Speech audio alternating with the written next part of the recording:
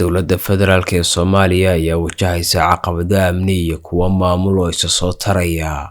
kadib markii howlgalka Midowga Afrika ee marka magaciisa la soo gaabiyo loo yaqaano AUSOM lagu wareejiyay mas'uuliyado ka ballaaran kuwii hore. Warbixino ayaa tilmaamaya in howlgalka cusub uu dowladda federaalka saaraya culays dheeraad ah oo la xiriira maalgelinta, isku duwidda ciidamada iyo xaqiijinta amniga deegaanada laga saaray kooxaha ka dagaalama bartanka iyo koonfurta Soomaaliya. Howlgalka AUSOM ayaa si rasmi ah u bedelay howlgalkii ATMIS sanadii 2025 iyadoo hadafkiisu yahay taageeridda ciidamada ammaanka Soomaaliya si ay ula wareegaan mas'uuliyadaha amniga ee gudaha Soomaaliya. Si kastaba ha ahaatee, khubarada arrimaha amniga ayaa sheegaya in guusha howlgalku ay ku xidhnaan doonto awoodda dowladda federaalk ee isku dubaridka ciidamada iyo helitaanka taageero dhaqaale oo waarta. Warbixintu waxay sidoo kale xustay in dowladda federaalku ay wajahayso cadaadis uga imanaya dhinacyo kala duwan iyadoo laga filayo inay sii xoojiso la dagaalanka kooxaha ka dagaalama bartanka iyo koonfurta Soomaaliya, isla markaana ay dardargeliso dib u dhiska hay'adaha amniga ee heer federaal. Waxaa jira walaac lagu muujinayo in haddii aan la helin taageero ku filan